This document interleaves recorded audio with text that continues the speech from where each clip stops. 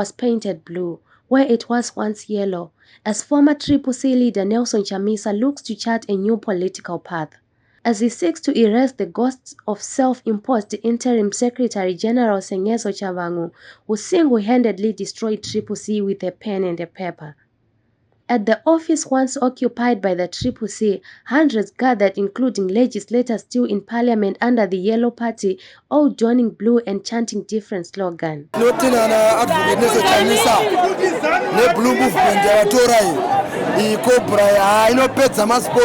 Bizarre as it was, something identifying with a snake may be a reflection of Chamisa as a cobra. Ostalo Siziwa took center stage and began telling supporters they have ditched their former colleagues. Harare.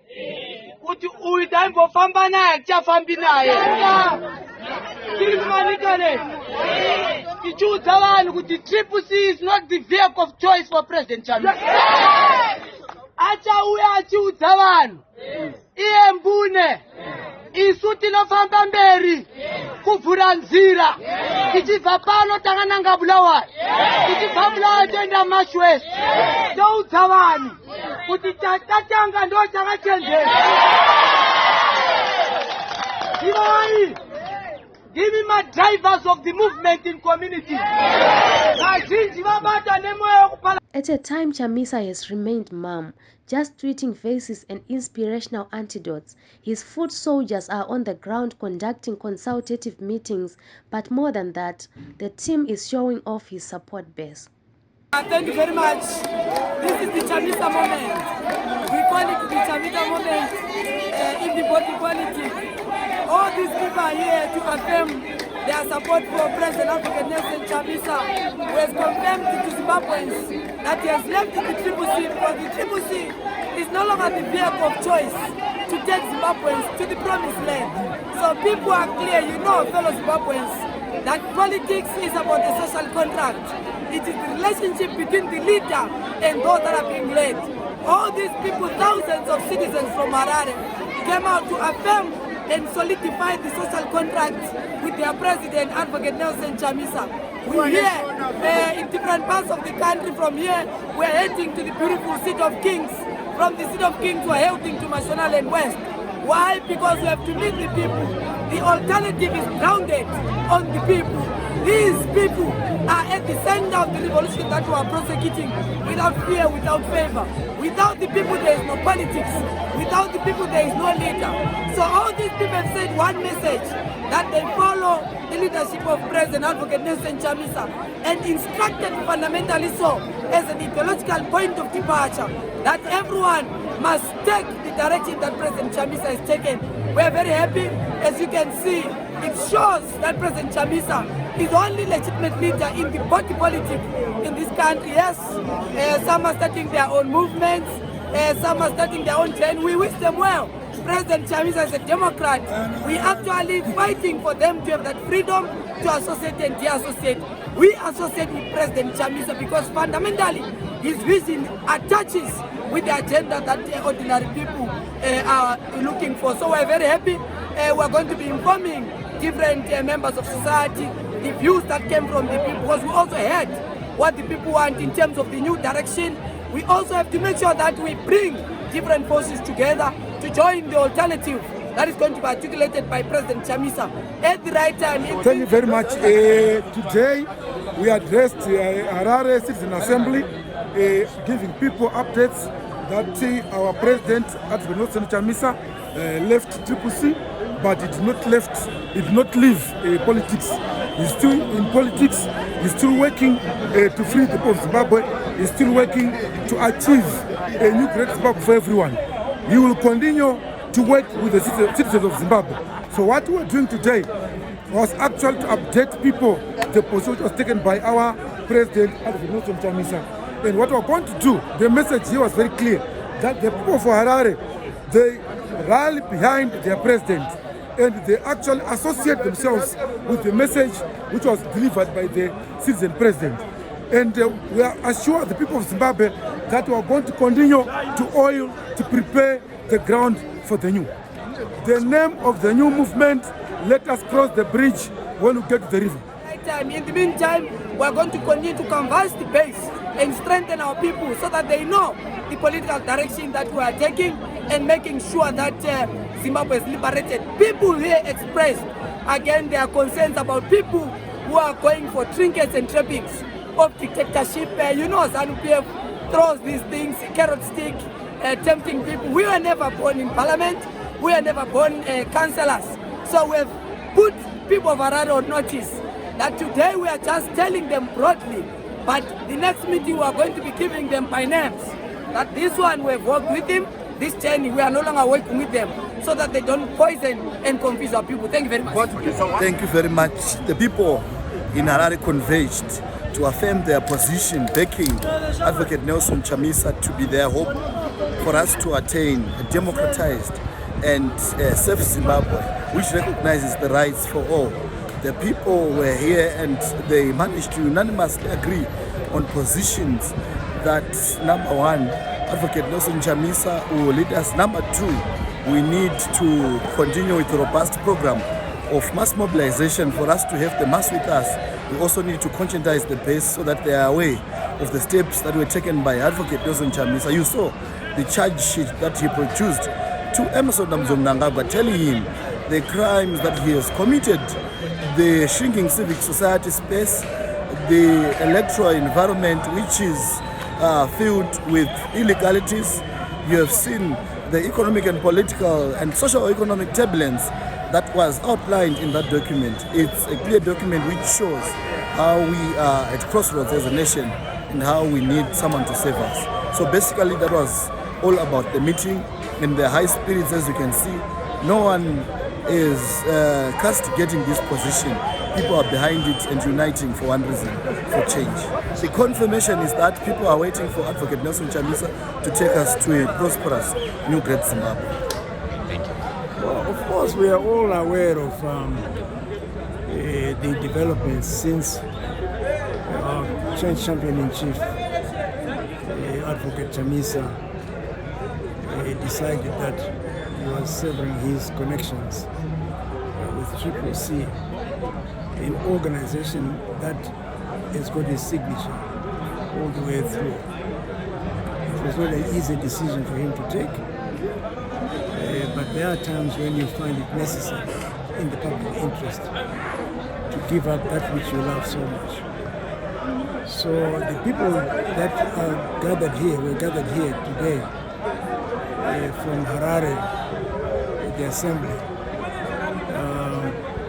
were here in solidarity with Champion Chamisa and pledging themselves, me included, to await with keen interest the arrangements in hand for the next phase of this struggle. That is the way we're going to proceed. And we cannot put money over principles. And I salute Champion Chamisa for taking that attitude. And I'm still honored to be associated with him in that regard. Thank you. The citizens of Zimbabwe within the Harare province, led by the capable leadership of President Advocate Nelson Chamisa, converged to discuss the rising pertinent issues, particularly those that were raised by our president in his resignation letter, the issues to do with the dilapidating, hard economic challenges that our citizens are facing on a daily basis, the problem of sham of election that has caused the legitimate crisis within our country. And we have seen opportunities such as Sengezo Chabangu, who have taken advantage of our vulnerability as citizens, of taking advantage of the state capture to recall legitimately elected members of the parliament and members of the council, and including myself. I was elected as the chairperson of Epworth Local Board. we have seen that it has been a crisis within our country, and these are the issues that we were discussing. As per the way forward, the citizens are clear. They are waiting for the voice and direction of our President Advocate Nelson Chamisa. It is a lie that our president has failed. We have seen with the numbers spoke for themselves. We are in charge. The president is still in charge, and he is serving the people of Zimbabwe, and the people of Zimbabwe are well led. This is what has been happening here today. Many thought the boy who rose from the MDC youth ranks, rising to organizing secretary, illegal deputy president, and eventually the man who has now commands serious support had died politically. He is again on the rise. The question is, a rise to fall again or to State House? Chamisa nyango kanzi vatopfeka jira reretso indinototera chete ndoko andinototera kuna mukomana Chamisa chete zvana idzi izvezvo ndezvekudhara zvakatosara izvozvo haisi kwa Chamisa ndoko atinoenda tizorore. Ndinoti gwara rakatorwa na President Advocate Nelson Chamisa is the right thing, is the right path yavafamba nayo. Tikada kutarisa kumashure tine vamwe vanhu vaifamba na President Chamisa, vamwe vakatombofoma ma political parties, the likes of Tendai Biti, ana Jobs Kala na Manyuchi, vakafoma ma political parties asi havana vanhu vakavatera. Vakanzi come back with the former president Morgan Tsvangirai, vakauya pakalaunchwa nonzi MDC Alliance.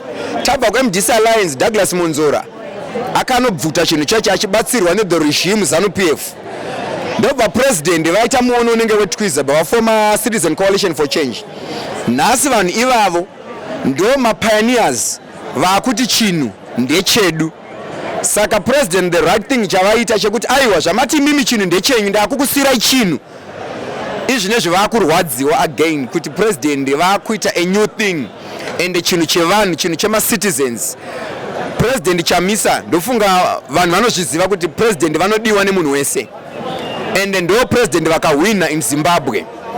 Ini ndinongoti vaChamisa tinovatera neruzhinji rweZimbabwe. The buzzword is Chamisa is the game in town. They appear clear on the direction they want to take, even if they don't as yet know what direction they are going. Chekutanga, I was very happy nekuona ruzhinji rwevana vechidiki vanga vari pano. Ine as the former chairperson, interim chairperson we youth yeMufakos constituency, I was so delighted kuti vanhu vari kuona mafambiro ari kuita zvinhu. We know kuti kune vamwe vane zvishuwiro zvavo vefufuro kwedu kumusha kwedu constituency kwedu tinoti fufuro. Kune vamwe vasiri kuda kuteedzera tsoka dzavambwa nemukuru, but well chitima ndechevanhu. Whoever afunga kutera nzira yaanoda is free to do so. Isu sevana veMufakos vari kumira pachokwadi varikuda kuona Zimbabwe itsva, Zimbabwe ine maguta. Tino expecta kuti tichateera Advocate Nelson Chamisa kudzama rende kusingapere nekuti if we look the majority of the citizen, they are living below poverty datum line redure muno munyika. Zvinova chinhu chinosuwisa. Ndinotaura senini ndine vabereki vari in the remote area of Murewa South. For grinding meal for one bucket is now costing $2. Ini kana ndiri kutambira mari isingakwanisi kuti ndigaise bucket rimba mangu. Chii chinondipa kuti ndisateere vaChamisa ivo vari kutiratidza. We are not there kuti titere ruzhinji rinoda kuguta kwemhuri dzaro. Tiri kuda vanhu vane vision yekuti nyika ive neugaro hwemunhu wese hwakajekerera, free democratic space yekuti tibvumirwe kukambena pasina kuchichidzirwa. We also want kuti abductions, I'm one of the victims. I was once abducted. Tikuti abductions ngamire zvinhu zvingoitwa jekerera awina. Tikuda upenyu. Tine vana izvozvo as I speak ndine vana 4. Vana ivo vari kuda upenyu. Isu tinosapota vaChamisa. Ndo president wedu tinovatera kwavanoenda. Kana vakafamba chimuti pari kuti vambinga hapo uda kufarira vaChamisa. Kaenda kufarira vaChamisa. Tinovatera ndo ndavabuda varizaine.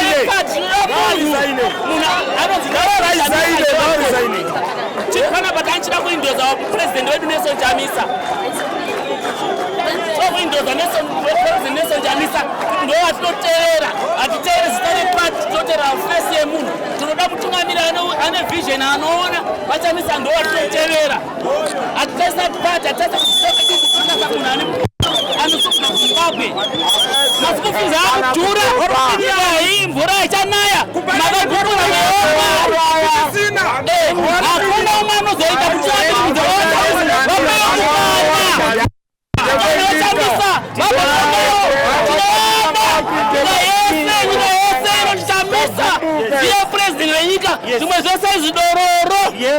sevana vezimbabwe tinoteera mufudzi akanaka anova Nelson Chamisa.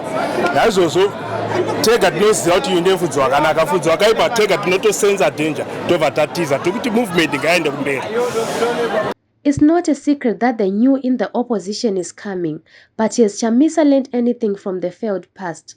The past in the MDC alliance, the Triple C, and now the blue, which is yet to take form and shape. Inini chichemo changu chanjiri chekuti dai vaPresident Chamisa vaitavo Secretary General weparty wenyu party kuitira kuti zvisatitire confusion pane ramangwana. Some went far as to suggest that elected representatives who support Chamisa should follow him out of the Triple C, even if it means giving up their seats in parliament. Ini nangu semonero angu anoita President Chamisa vakaresigna ku Triple C. Ma MP ne ma councillors, they should do the same. They should follow President Nelson Chamisa. Trukuvaziva vakaendana na Chabangu. Trukukuziva ima coordinator. They must go out of parliament. Thank you.